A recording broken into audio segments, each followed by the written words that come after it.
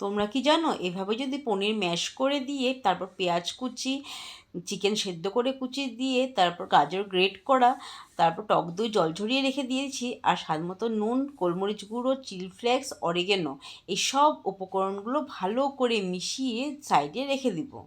এদিকে একটা ডিপও বানিয়ে নিব। তার জন্য নিয়েছি কিছুটা মেয়োনিজ আর টমেটো সস, ভালো করে চামচ দিয়ে মিলিয়ে একটা ছোট্ট কন্টেনারে 2 চামচ মতো দিয়ে দিয়েছি, যাতে করে ডিপ করে খেতে পারে এটা। এবারে 4 পিস মতো ব্রেড নিয়ে নিয়েছি। এবার তো বুঝেই গেছো কী বানাতে চলেছি, চিকেন স্যান্ডউইচ। এটা কিন্তু খুব সুস্বাদুও হয় আর খুব স্বাস্থ্যকর হয়। অফিসের টিফিন হোক, চাই বাচ্চাদের লাঞ্চ বক্স বা ইভিনিং স্ন্যাক্স, ব্রেকফাস্ট, সব কিছুতেই কিন্তু দুর্দান্ত লাগে খেতে। তবে আমি আমার হাজব্যান্ডকে ইভিনিং স্ন্যাক্সের জন্য দিয়েছিলাম না অফিসের টিফিনে। এবার এপিটোপিট করে লাল লাল করে সেঁকে নিয়েছি। এবার নামিয়ে নিব, নামিয়ে মিডিল থেকে দুভাগ করে কেটে দিব।